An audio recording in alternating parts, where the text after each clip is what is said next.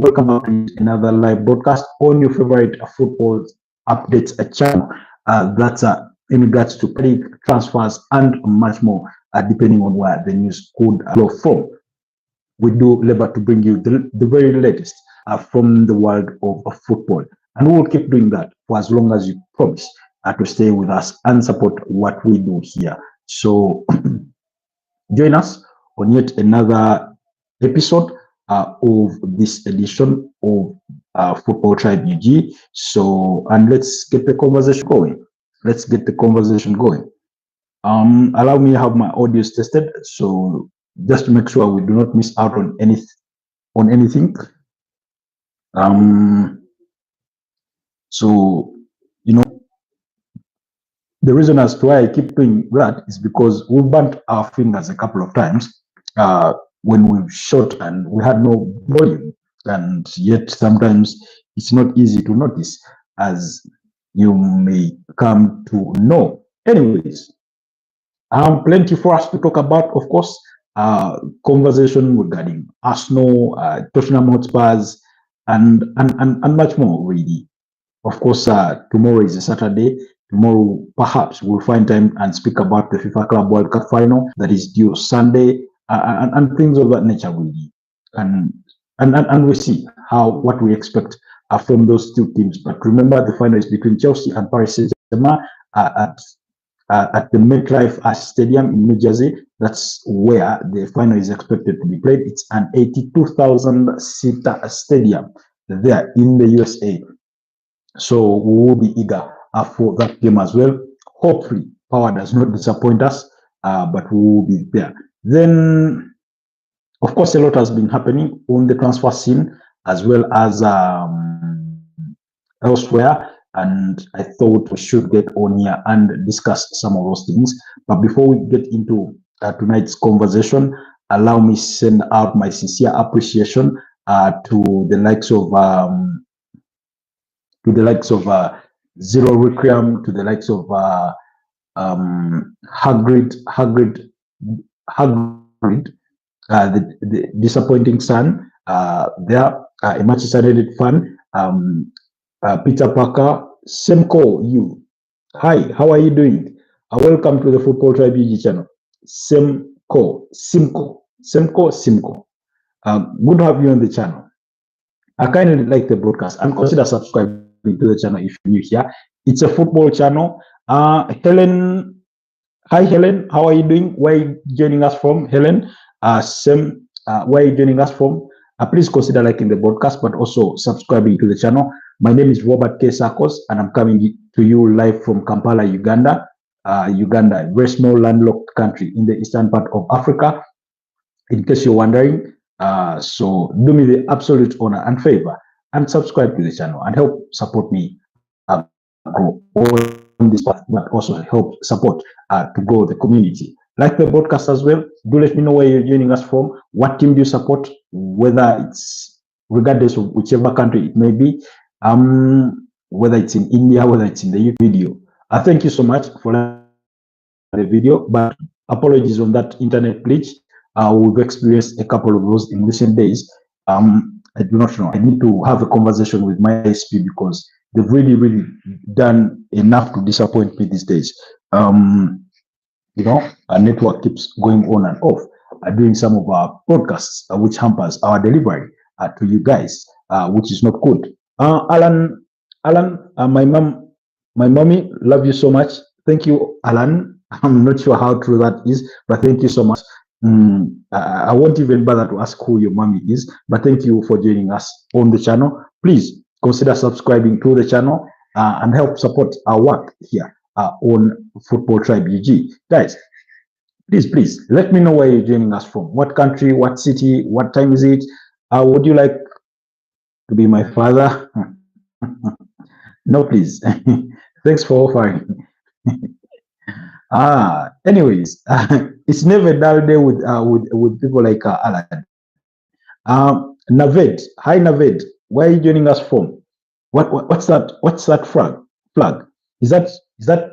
No, I do not think it's Iran.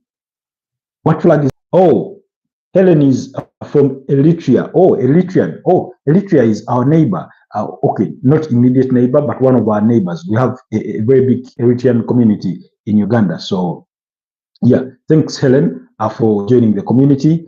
And Naved, where are you joining us from? Please like the broadcast, consider subscribing to the channel, and help me on this journey of growth. Let's engage. Oh, Pakistan. Wow. Naved is from Pakistan. Good to have you on the channel. How is Pakistan? What do I know about Pakistan? Not much, really, if I'm being honest. Not much, but I do appreciate you. Alan says he's from Turkey. Oh, Alan is the second person to be joining us from Turkey. The other person that often joins us from Turkey is called Safa Ali. He's a Fenerbahce fan. So, Alan, what team do you support, if any, in Turkey? If you're a football fan anyway, do let me know. Before I want us to, get through that before lighten up the mood before we get into the thick of the conversation for purposes of this broadcast. Really. Oh, Ankara. Wow. The first word you typed is really, really difficult one for me to read, but I read the other one, Ankara. I don't know what that means, but in Africa, Ankara usually means African, specifically from the west part of Africa. Usually that's where it is from when it comes to Ankara, if that's what you're wondering. Or I don't know if that's what exactly you mean, but I'm not inclined to believe that it's what you mean. Anyways, hopefully I would not get any more internet glitches, guys, for purposes of this particular broadcast. I love Uganda. Wow, thank you so much, Helen, for loving the Pearl of Africa. Thank you so much. Where should we start? Let's start with Liverpool because it's again, it's been another sad day in the life of a Liverpool fan, in the life of a Liverpool community, because today the entire Liverpool squad go to Anfield and lay their wrath, the flowers, in that spot where they're paying respects, their final respects to their fallen player in Diego Jota and his brother Andre Silva. Hey, you say you support a team called Gen Klebring Sport. No, I do not know that team, honestly speaking. In Turkey, I know about teams like Galatasaray, teams like Besiktas, teams like Fenerbahce, teams like Bozaspor, Antalyaspor, Trabzonspor, a few of those, not really many, but at least some of those are really. So the players were led by, of course, the team captain or the club captain in Virgil van Dijk. The Diego Jota's wife, Rute, was present. He joined the Liverpool squad and the entire staff to pay their tribute to Diego Jota and Andre Silva, who perished in a car accident in Spain earlier on this month. Then a special memorial service took place outside Anfield today. Then, of course, Liverpool today formally announced that they will be resting the shirt number 20, and it will forever be for Diego Jota as part of that respect. Previously, we've heard of other classy gestures that Liverpool have gone on to say they will be implementing for the family of the fallen hero in Diego Jota, because apparently they will continue to pay his wages as the case has been for the remainder of his contract. Then they will also help, I think, with this educating or paying for education for his kids until they finish and help set them up. I also did hear some reports. I do not know to what extent of truth this could go, but apparently Ibrahim Konate had equally offered to help in whichever way he could. So that's it. But may his soul rest. May their souls rest in peace. It was really, really a sad moment as the world of football lost Diego Jota and his brother Andre Silva there. So allow us move away from that and then quickly go to and then quickly go to where do we start? Should we start at Newcastle, because Newcastle have formally announced the signing of Anthony Elanga from Nottingham Forest in a deal worth £55 million. And upon joining the club, the 23-year-old Swedish international has said the club won a trophy last season and are building something unique, something special that I really want to be part of. Really want to buy into the culture, into the DNA of this club. Those were some of the comments of Anthony Elanga after officially joining the Magpies.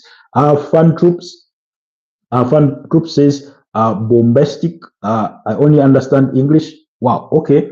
Our fan troops too. Please consider liking the broadcast, but also subscribing to the channel as well, to help us support this community really. But thank you so much. I can see we have a comment from Alan. I'm sorry, guys. My phone is a bit distant away, so I tend to read some of the comments on a secondary device. You say,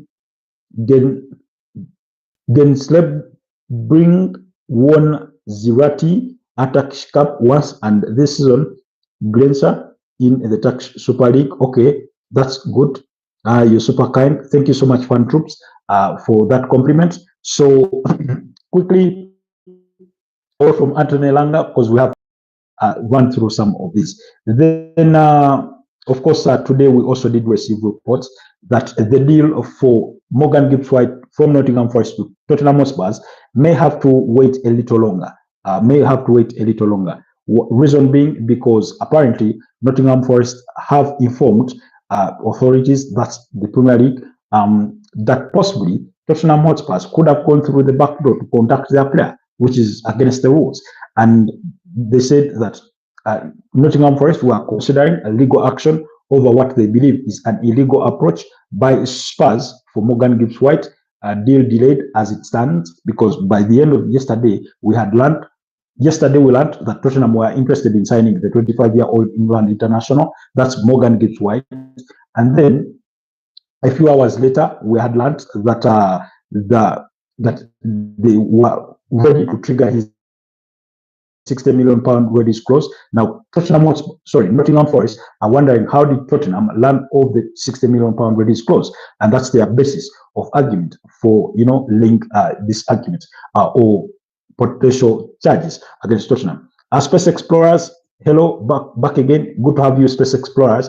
I must be honest, I've missed you for the last couple of almost a week or so. You've been really AWOL. What happened? I hope your life is okay. I hope you're doing well. I hope you did not have any problems that kept you away, that you are away for all the right reasons. But in case you had any illness, I do pray that you are continuing your healing journey. But in case it was due to other reasons, I still pray that you succeed in whatever you endeavor as well. So it's upon that basis that Nottingham Forest are considering taking legal action against Tottenham Hotspur.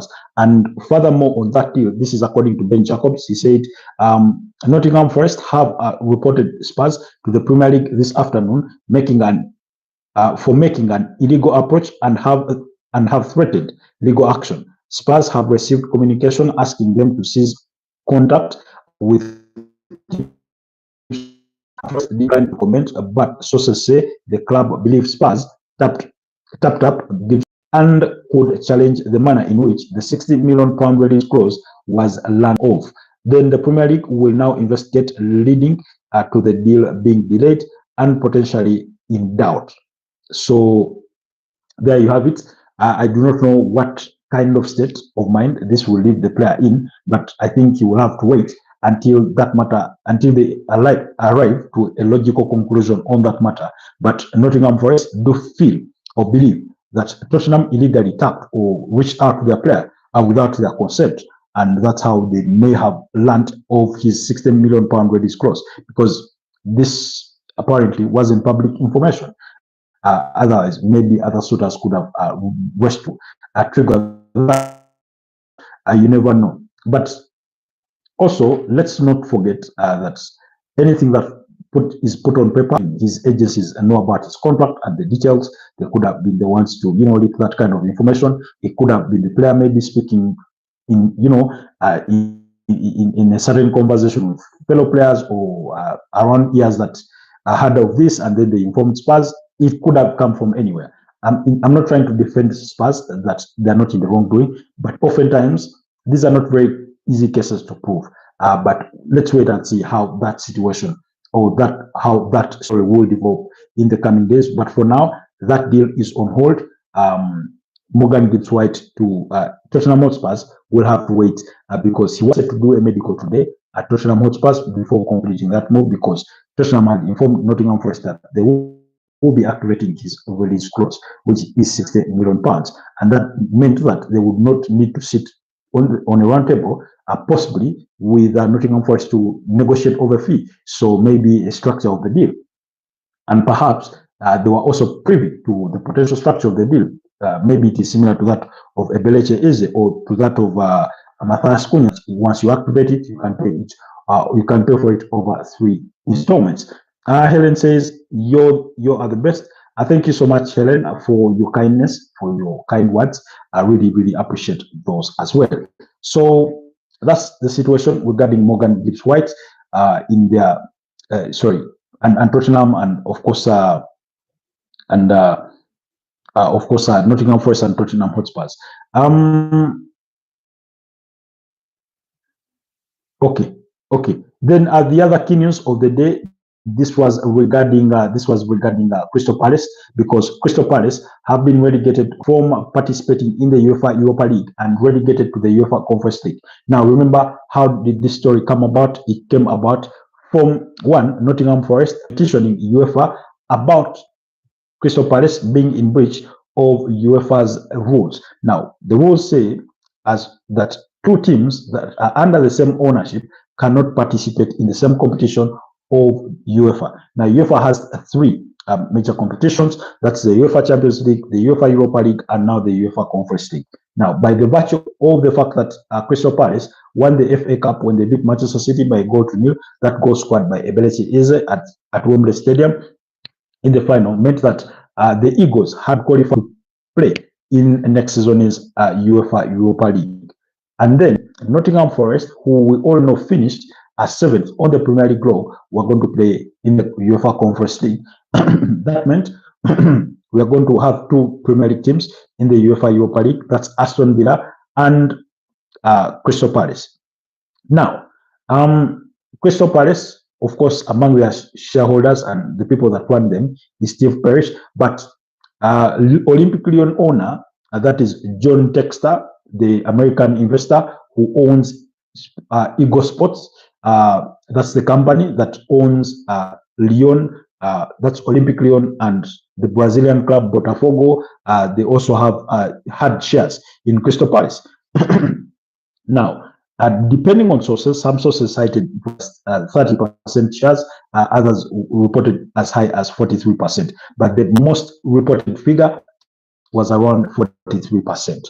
So now, John Textor did not have any involvement in the day-to-day running of the club whatsoever at Crystal Palace, and that's the case that Crystal Palace are trying to argue. Now, this decision has come, and Crystal Palace will have room to appeal the decision in the Court of Arbitration for Sport. So whether they will take that direction, we are waiting to see. But that was the situation. Now, because Olympic Lyon qualified for the Europa League, and yet they are owned by John Textor, the American who also owns shares in Crystal Palace, Nottingham Forest notified UEFA of those breach in rules that would look here, because Crystal Palace all have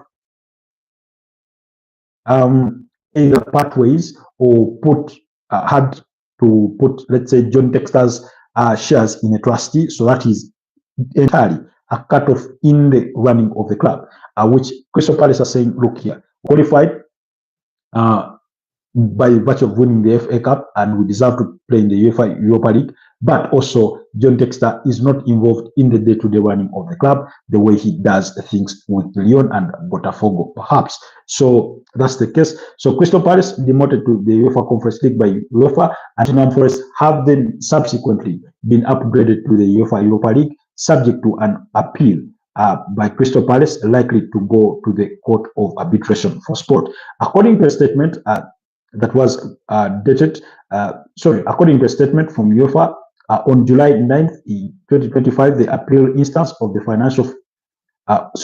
French Financial Control Authority, that is DNCG, decided not to relegate Olympic Lyon. Now, again, this has Olympic Lyon rightly involved in the mix of this thing, because we all know that Olympic Lyon were relegated due to being found in breach of the financial fair play rules.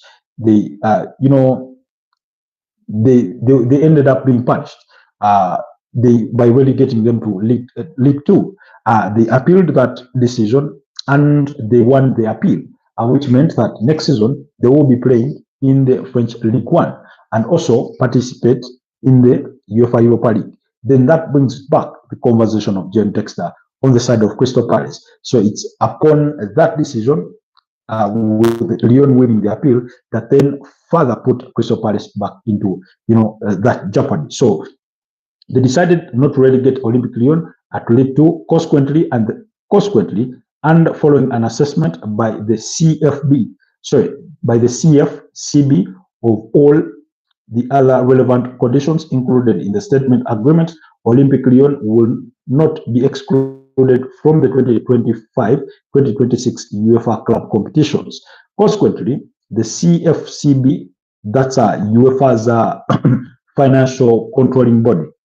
So then a first chamber persuaded the assessment of the documentation submitted by Olympic Lyonnais and Paris, and concluded that the clubs are breached as at first March, because, like I've told you, Crystal Palace ought to, as of March 1st, to have taken some action. I do not know if you guys remember, Evangelos Marinakis put his control or shares in Nottingham Forest into a blind trust.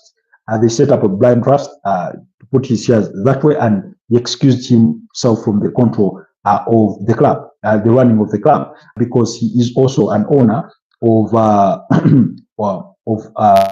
Olympiacos.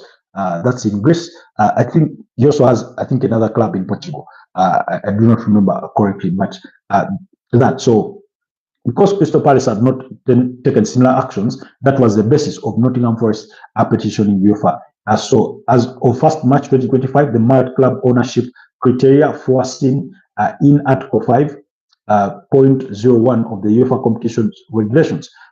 For this reason, and in accordance with the provisions set in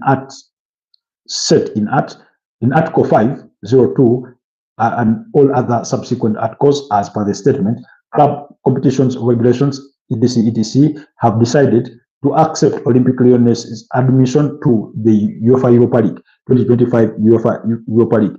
Kickboxing, it says best Premier League right now, best Premier League player right now. Let's get to that in a bit as we conclude on this Crystal Palace case.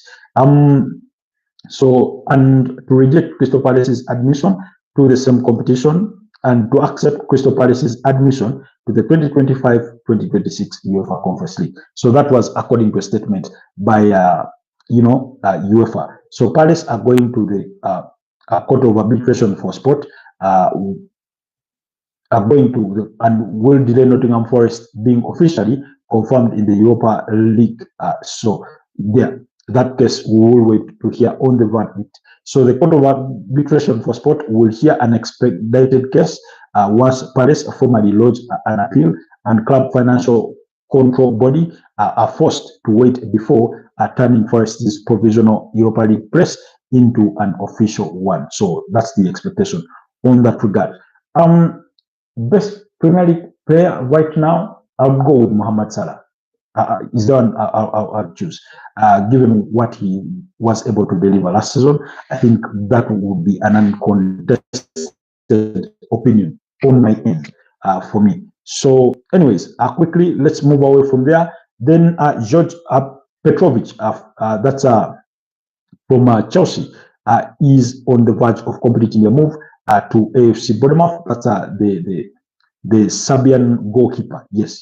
Yes, the Serbian goalkeeper is bound for a move to Bournemouth after the two clubs agreed a deal worth £25 million, and the player will sign a 5-year contract. So, according to David Ornstein of The Athletic, he said that Bournemouth had reached a total agreement with Chelsea to sign George Petrovic international given the permission to undergo medical next week and proceed with the move from Chelsea to FC Bournemouth on a 5-year contract. So remember, Sunderland were the first in for the player. They had an agreement in place, but once AFC Bournemouth got wind of that deal, they quickly came in and made the bid. And given that we're talking about the Bournemouth side that I think finished in the top 10 last season with a tally of 58 points. I think their highest point tally in the top flight. And in comparison to Sunderland, who we know just earned their promotion from the Championship through a playoff final in which they beat up against Sheffield United by 2-1. You remember, for those of you that may remember that game. So they stepped in quickly and said, look here, we've been in the Premier League for the last, 3 seasons, ever since we earned our promotion under the guidance of Scott Parker. So why not roll with us? Look where we finished last season. We'll give you, perhaps even better payment terms. And our chances of being relegated, look, we have a very good manager in Andoni Iraola. So look at that and all things of that nature. So they were able to convince the player. Naved Kazimi. Naved, you were with us in the morning, I think, right? For the morning broadcast. I seem to remember your name, but good to have you on the broadcast once again. So that's the situation with AFC Bournemouth and their pursuit for a goalkeeper. Remember, last season they had Kepa Arrizabalaga from Chelsea on a season-long loan, and unfortunately, even though his clause was only £5 million, I think there was a disparity possibly on the wage expectations between the player and the club, but they chose not to make that deal permanent. And now they've gone for another Chelsea player. Now, Chelsea are really raising some good money with the sale of some of these players. George Petrovic, £25 million. Noni Madueke, £52 million. Of course, the guaranteed fees in that deal is less than that, but it's looking good.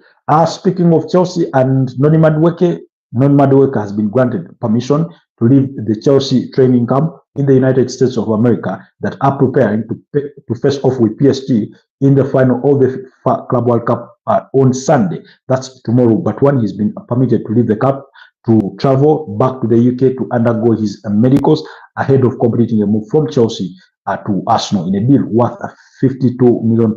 That's in guaranteed fees and expected add-ons. A deal that has sort of divided the Arsenal fan base. I can't say right down in the middle. Some are for it, others are not up for it. Others have questioned it in more ways than one. Some that are also equally objective as they would come have also questioned the deal in terms of the club's priorities and things of that nature. But let's not forget, not like Arsenal woke up from a deep slumber and decided to go sign Noni Madueke. He's a player they possibly may have monitored for quite a bit of time, maybe even during his academy days at Tottenham Hotspurs.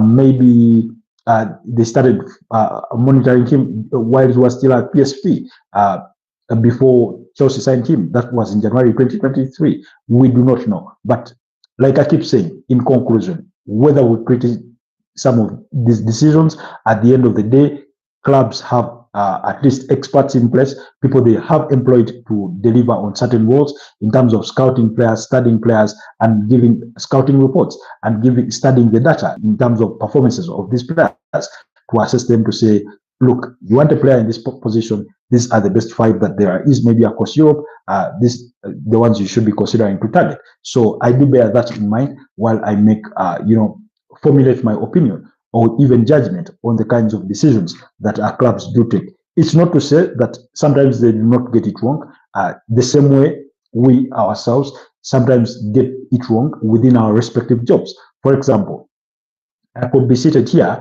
and I give the wrong statistic, maybe because with a slip of the tongue, or maybe I misquote it, or something like that. So I could equally fall short. So sometimes even scouts could fall short. But again, like I said, usually the decision to sign a player is not a one-day job. It's not even for players that you would think it's a market opportunity. For example, the way Arsenal signed Kai Havertz from Chelsea for £65 million in 2023. It was a chance opportunity that the player was available, but it wasn't by chance that Arsenal were signing him. He was a player that they had studied for quite some time. They had been linked with the player before he made the move to Chelsea. So in that kind of sense, so that's where I do see Noni Madueke. But like I've made the argument before, most of the people, especially when it comes to the fans, the really passionate Arsenal fans, they've criticized Noni Madueke's signing based on where he is coming from, as opposed to assessing the quality of the player. So their emotions have gotten the better of them. And then, of course, on the principle, if you're making an argument based on the principle of the club's priorities, wondering how do you, let's say, pay £50 million before you fill your position, which is a priority position, which is a striker, and maybe the left wing. I do understand that. Also, finding a backup player for Bukayo Saka has really, really been priority, unless you've not been assessing Arsenal over the last 4 or 5 years, really, because Bukayo Saka played one too many games over the last 4 seasons or so, and that culminated into a hamstring injury that kept him out of action for 3 months last season. Who knows that maybe it does not happen again next season? Who knows whether it doesn't affect his overall performance? He's capable of bouncing back from that. He's pretty much shown that, but anything can happen to him. If anything, last season showed us that he's capable of being an injury that keeps him out for up to 3 months. So when you are signing a player like Noni Madueke worth £50 million as a backup for Bukayo Saka, that's the level that we are at. Now, the team that he's coming from, that's Chelsea. They signed him for about £30 million 2.5 years ago. Let's look at all the players. Look at the players. William Estaval in that role. In that sort of same place.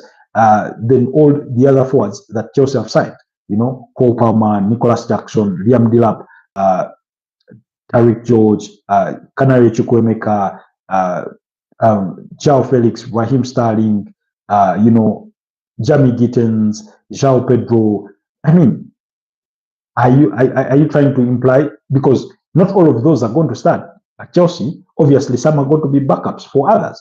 So they paid what, almost £60 million for Pedro Neto, and yet on a given day he would sit on the bench, and then somebody starts ahead of him. So that's a possibility, because they signed Mokalo Mudryk for €100 million, but how many Premier League games has Mokalo Mudryk started in a Chelsea jersey? I bet you not, they wouldn't be over 30 really as a starter. So let's not kid ourselves that just because Arsenal, if you think they've overpaid for the player, I would listen to that. But also, at the end of the day, we have our opinions in regards to valuation of these players. The clubs also have their own valuation of those very players that they do pursue. So at the end of the day, it's just our opinions. But let's be honest. Go to Man City. Look at their backup players.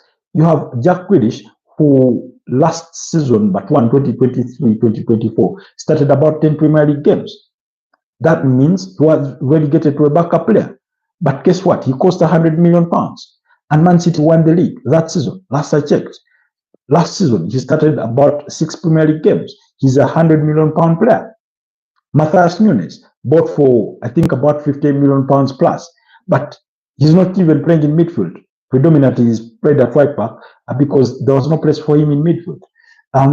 Look at Jeremy Doku. How many times has he not started a game? Forget the rotation bit of it, because he's been used as a backup, So let's not look at £50 million, because £50 million today is the £30 million or £25 million of yesterday, maybe 3 years ago, and that kind of thing. So for me, I'm not really concerned in the sense of him costing £50 million to be a backup player. What would concern me, for example, my personal view was that he should have cost maybe anywhere around 35 to 45 million pounds. That's guaranteed fees and expected add-ons, but not 50. But let's face it, Anthony Elanga has just joined Newcastle for 55. Mohamed Kudus has just left West Ham to, to Tottenham Hotspur for 55 in the same window.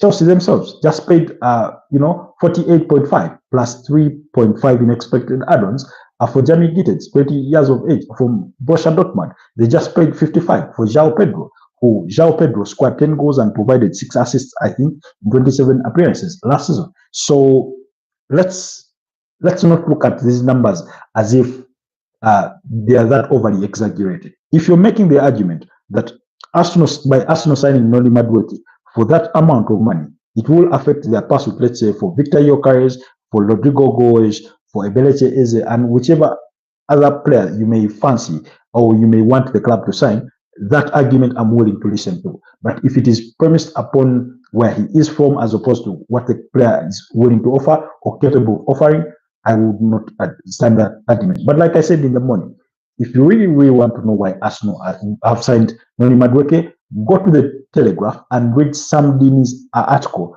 where he says, I think the title to that article is Data That Explains Why Arsenal are signing Noni Madueke, something like that. But I know it begins with Data Explains, something like that. So please, let's not make blind arguments. Let's not make arguments based on simply emotions and things of that nature, really. But if it is based on other reasons other than that, I would be willing to listen to those submissions. Then, so Enzo Maresca was also speaking about the situation with Noni Madueke in a pre-match press conference ahead of Sunday's tie, and he did confirm that Noni Madueke is set to join Arsenal. He did say Noni is in contact with the new club, and I guess he is going to be announced in the next hours. He said, he also added, I once said, he also further said, I said in one of the last press conferences, if a player wants to leave, then in the end, it is difficult for the club, and manager Noni Madueke decided to leave. No one said to Noni, he has to leave. If he is happy, we are happy. Now, again, you see, when you're playing in a club, it's not really about the club telling you you have to leave or we no longer want you. It's basically the same scenario with Rodrigo Goes. They've not told him that they do not want him. They've not asked him to leave. But if you're not getting game time, then you could leave. You could choose to leave if you want more game time. Like I keep saying, we're into a World Cup season. After this season, 2025-2026, in the summer will be the FIFA Club World Cup, and many of these players want to feature for their national teams. And the only way you get someone to your national team is by having regular playing time. So if you're Rodrigo Goes, with your experience at the age of 24 years, and is starting ahead of you, then it could cause you to leave. They've just signed Frank Mastatouano, 17 years of age, from Liverpool. He could come and start ahead of you. So what does that tell you? If a club is already not just a backup, because you already have the backups in the squad, what does that communicate to you? That maybe your future could be limited here, or you may not have enough game time as you may hope for. So it's not really about telling the player that you have to leave.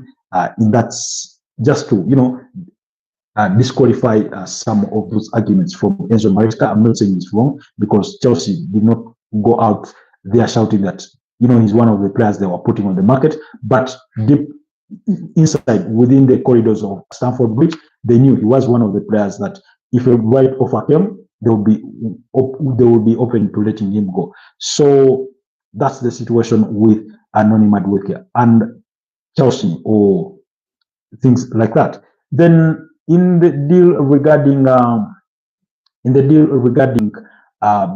Victor Gyökeres, now Victor Gyökeres has refused to return to training. That was confirmed.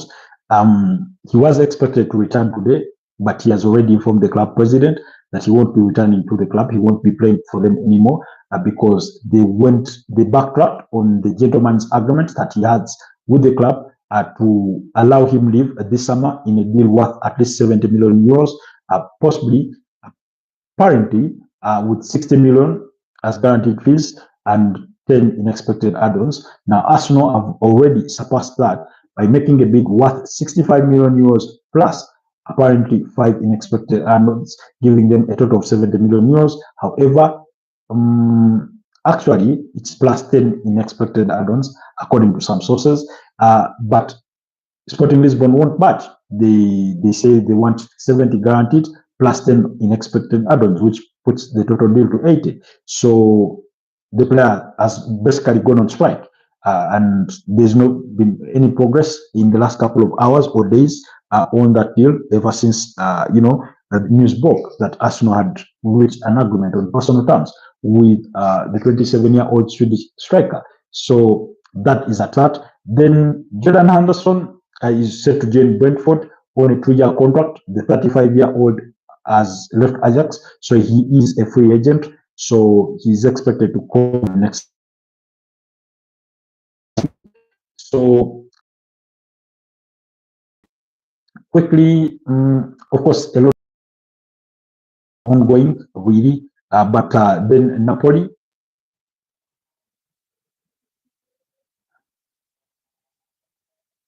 Okay.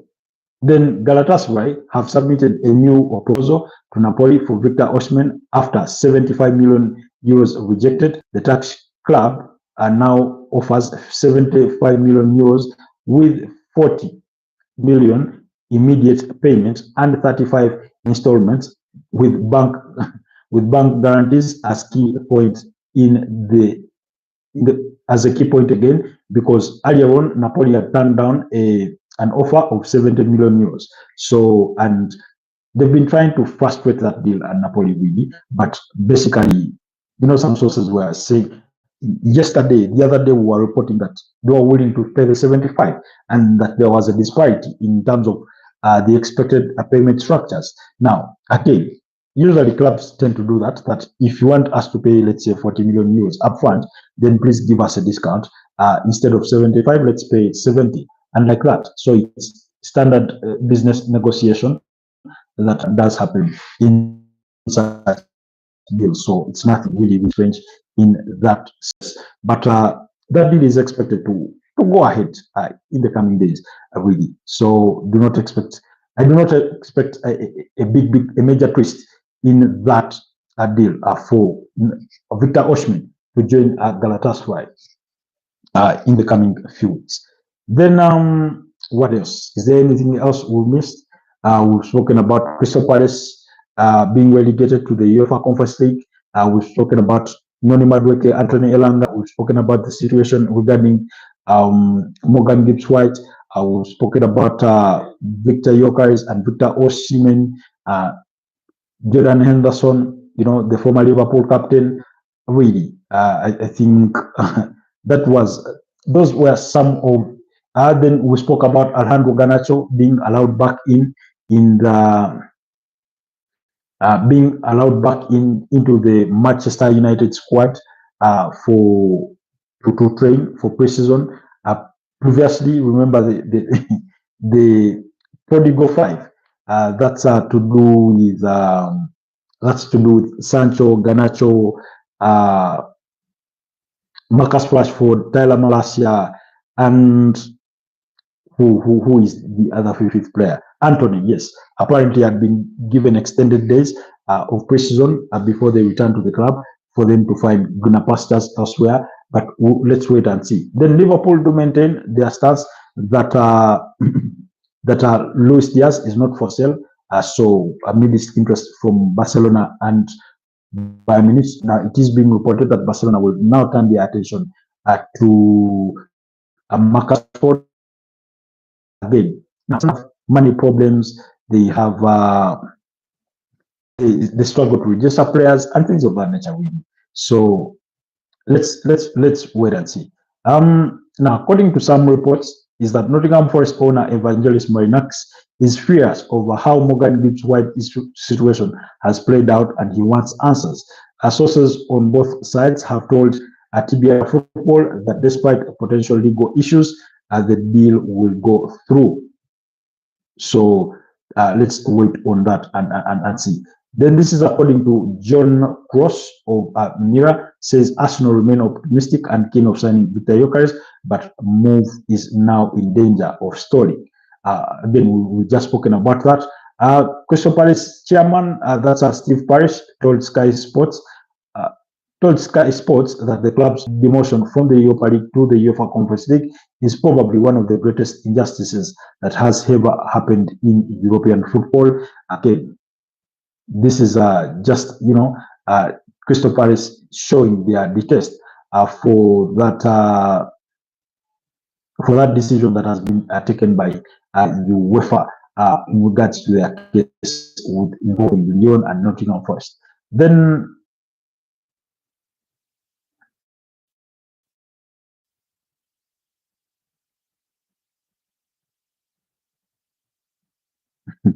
anyway, I will skip that. We will skip that.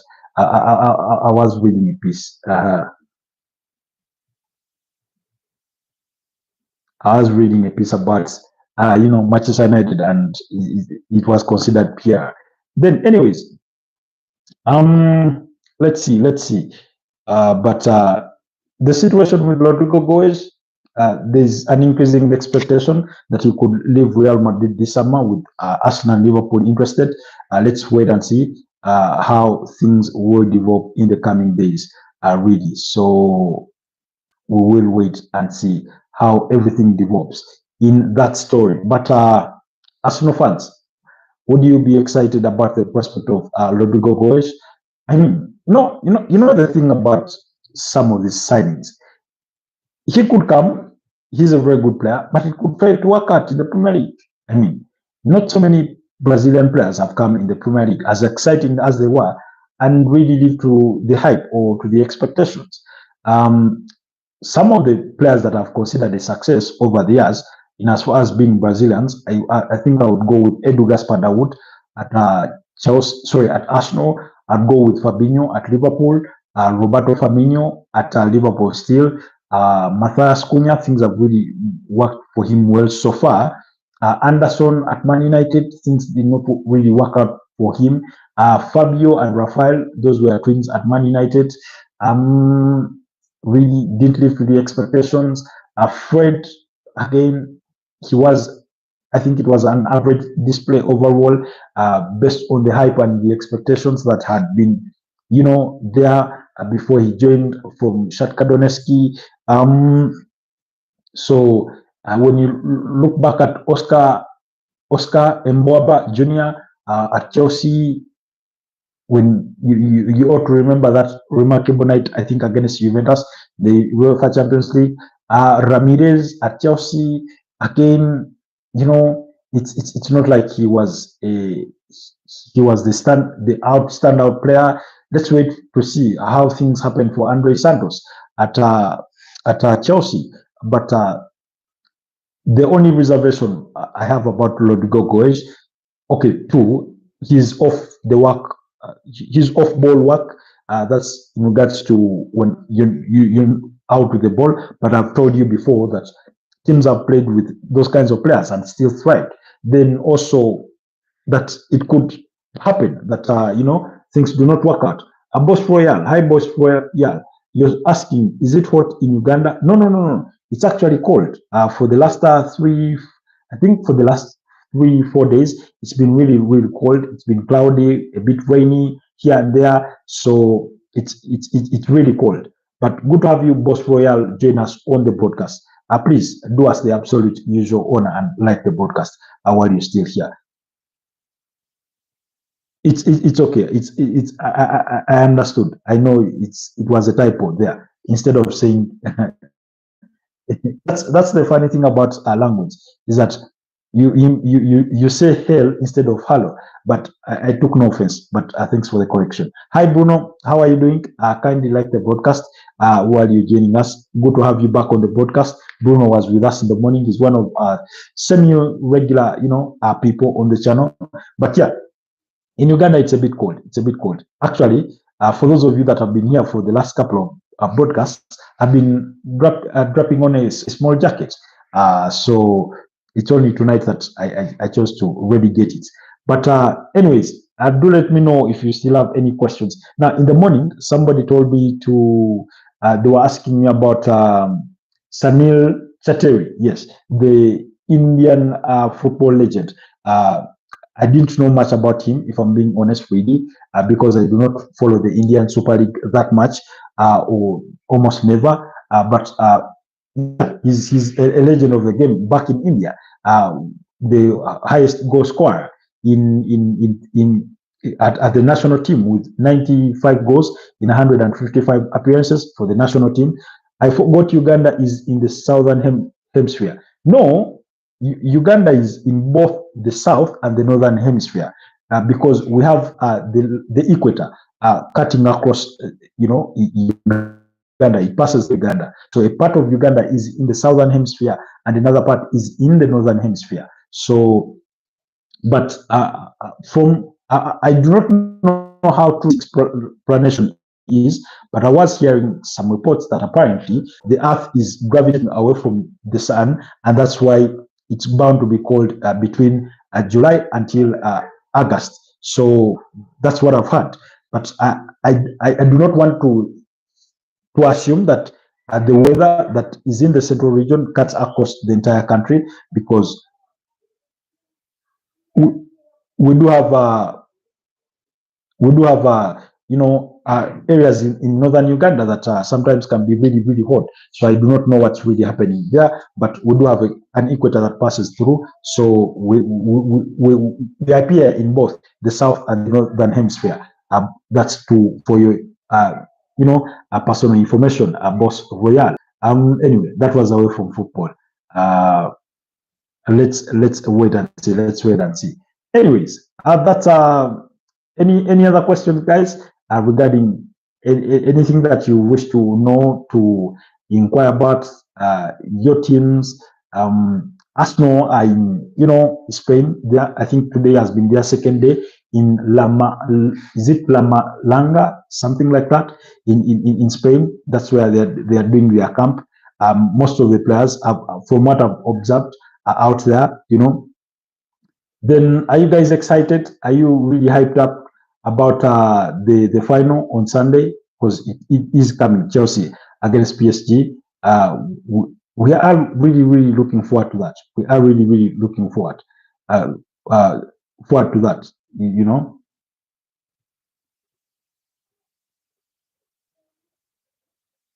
Anyways, so otherwise, if there's no further questions, we can just wrap this one up here. And I wish you the best of your nights. But guys, in case you're interested in learning these skills, cybersecurity, coding, and web design, if you're interested in those, then do not hesitate to check out our colleagues at Ebo State. They're based in Kansanga, Kampala, Uganda. They do offer online and in-person training sessions, and they do help their trainees find jobs in the dynamic digital world. That's Apos training. So in case you're interested in those skills, cybersecurity does come in handy, as well as web design. Even in this era of AI, it's still really, really an applicable service. So you can choose to learn that skill as well. So anyways, I think that's it for me. I do not see any further questions from you guys. Not much really. Yep. The rumor mill continues. But I don't know. I have this feeling that I were to be surprised by Brentford in regards to how they perform next season. But Jordan Henderson at 35,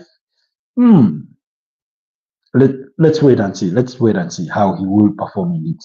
Let's wait and especially in a different side that is not the kind of midfield that he was part of with at Liverpool, that had Fabinho, that had Gini Wijnaldum, and things of that nature, really. So, yeah. Anyways, it's been now 55 minutes into the broadcast. Should we call it a night, or we wait for one more question or two before we sign out? Tonight, guys, let me know if you think we should sign out, or we should wait for one more question. Otherwise, allow me to wish you a wonderful rest of the night. It's been a pleasure having you all guys on the podcast. Boss Royal, thank you so much. Fan Troops, thank you so much. Space Explorers, thank you so much for being with us. Helen, thank you so much for being with us. Naved, Naved Kazimi, thank you so much. Kickboxing, it's been a pleasure to have you. Alan Seski, thank you so much for being with us. Alan Seski from Turkey. And every single one of you that liked the broadcast, those that watched, followed the conversation but did not like, did not share a comment, so I still do appreciate you. Those that do watch our content, our broadcasts long after we, ended, I do not take your time for granted. I really, really do appreciate you. The community is continuing to grow, so thank you so much for the love and support. Go to the channel, check out videos under the video section. Go check out the shorts section. There's content for you there, and watch it all and give us your thoughts and feedback on what you think on some of those different conversations that we've held on there. So yeah, maybe I think we should look to do perhaps more videos, but again, it's a question of time. It's a question of time. But for purposes of broadcasts, we'll continue to be loyal to those throughout the course of time. It's been a pleasure having you. Have yourselves a wonderful rest of the night, and I'll see you next time. Bye bye.